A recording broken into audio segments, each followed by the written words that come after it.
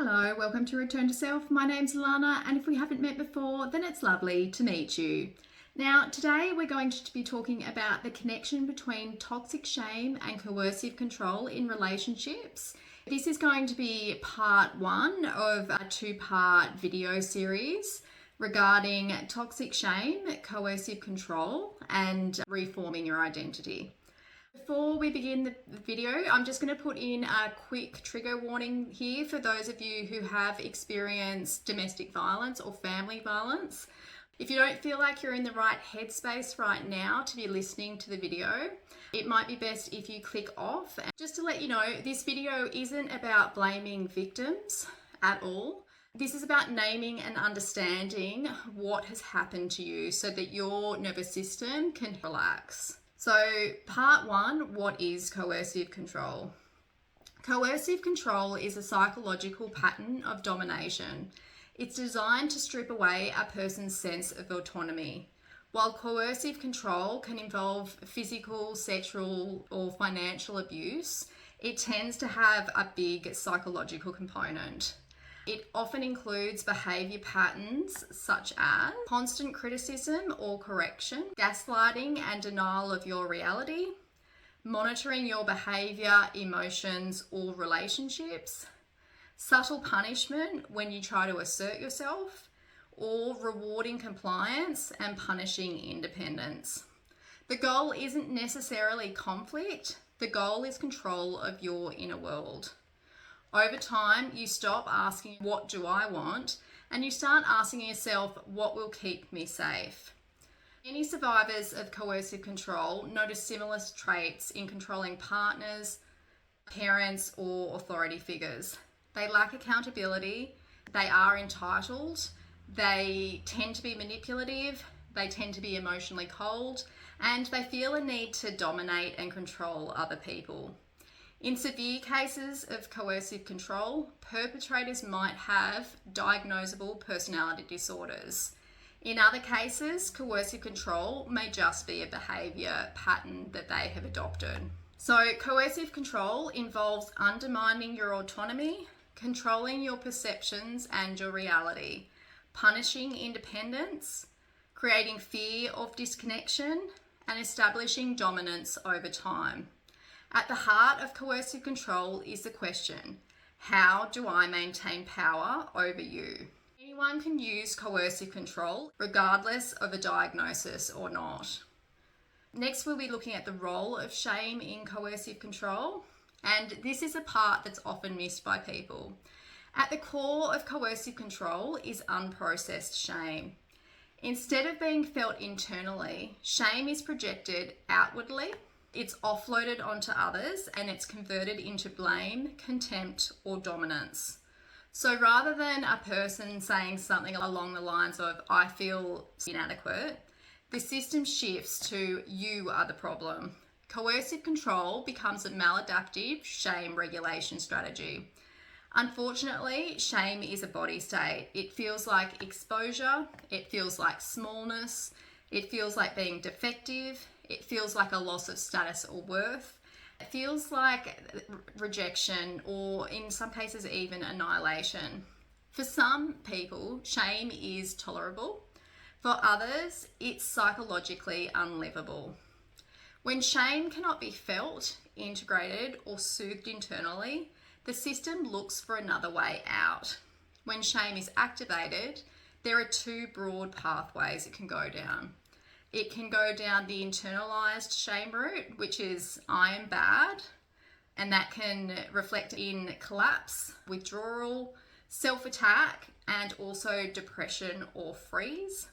And over time, this becomes toxic shame. It can also go down the route of externalized shame, which is you are bad, and it is reflected in blame, contempt, control, and domination. So, coercive control belongs to the externalized shame pathway. This doesn't excuse the harm that externalized shame does, but it does help to explain why the behavior is so persistent, rigid, and non-negotiable. So, why autonomy in others triggers coercive control? Another person's independence can trigger shame because it mirrors dependency, inadequacy, loss of specialness, fear of abandonment, or loss of dominance or status. So autonomy feels like a threat. Control restores superiority, certainty, and emotional equilibrium. This is why coercive control often escalates when you try to set boundaries, you succeed, or you stop appeasing somebody. How coercive control regulates shame. Here's how the mechanism works. So shame is triggered. Somebody feels criticized. They then feel a sense of vulnerability. They feel a loss of superiority. They perceive rejection or inadequacy. They notice autonomy in another person. Shame feels too intolerable for somebody. It feels too exposing, too destabilizing, too threatening to identity. So the system defends. It moves into projection. You're the problem. And it goes into blame shifting, gaslighting, and dominance. The ultimate goal is control of somebody else's reality. So when they are able to control somebody else's reality, there's a temporary sense of relief that occurs. The shame is then offloaded, the power balance is restored, and inner equilibrium returns. So control becomes a regulator, but not because the person feels strong, but because they can't afford to feel small.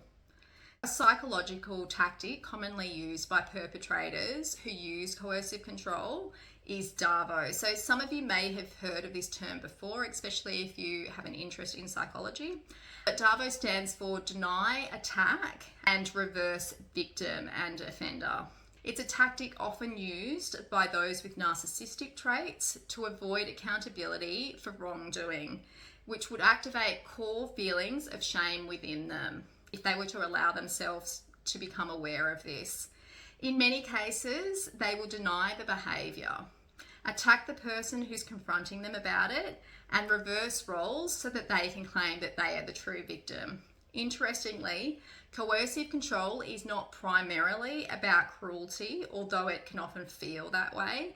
It's about managing unbearable internal states, especially shame. Insight threatens the strategy by exposing shame, by removing defenses, by destabilizing identity. So the system doubles down on itself in denial, in rage, blame, retaliation, and increased control. This is why coercive control is resistant to confrontation. How does coercive control create toxic shame, and why do survivors internalize the damage? Like we saw before, shame has two pathways it can go down. The controlling person externalizes shame, while the survivor internalizes it. Over time, the survivor develops toxic self-blame, hypervigilance, self-doubt, collapse after asserting their needs, and an internalized critic that mimics the controller. This is not because the survivor is weaker, it's because empathy was weaponized against them. When your feelings are dismissed, your reality is denied, your needs are framed as selfish or wrong, your nervous system learns, if I feel this, I will lose this connection. So the psyche tries to adapt. You don't just comply on the outside, you also comply on the inside.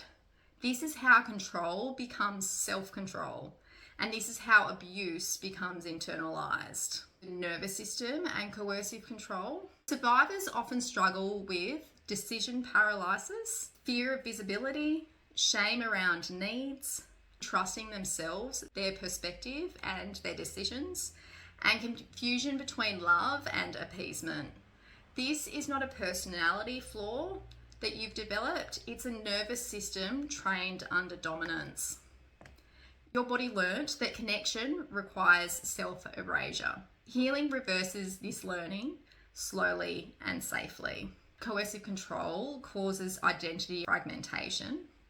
And under coercive control, your intuition is undermined, your preferences feel unsafe, your anger collapses into shame, and your sense of self becomes fragmented. You might notice symptoms such as feeling empty or numb, or feelings of deep depression. difficulty making decisions, losing touch with who you are or who you once were, over-functioning or collapsing, or questioning your reality and perception.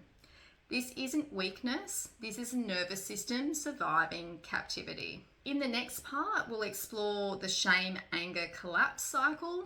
Many survivors experience this loop, basically where anger arises. Shame then immediately follows this. The body collapses, it can go into freeze, numbness, or exhaustion. A harsh inner critic attacks the self, and then shame deepens. This cycle keeps you disconnected from your power without ever needing the abuser present. Understanding this cycle is not pathology, it's liberation through clarity. Now, I'm going to end the video here because we've covered a large amount of content. Some of you might be feeling a bit overwhelmed by all of the information that you've just received. Next week, I'll move into the more important part, healing after coercive control, for those of you who are interested in learning more. For those of you who have made it to the end of this video, thanks for holding on in there. I hope this video has helped you to make sense of your experience and has given you a few aha moments as well. If this video has triggered any emotions for you, please don't be afraid to reach out to those who can support you through this process. That includes counsellors and therapists, free domestic and family violence lines in your area, safe people, friends, family members and things like that that you feel a sense of safety with. If you feel like this video has helped you in some way, it would be great if you could please subscribe or comment. Other than that, I will see you in the next one. Bye for now.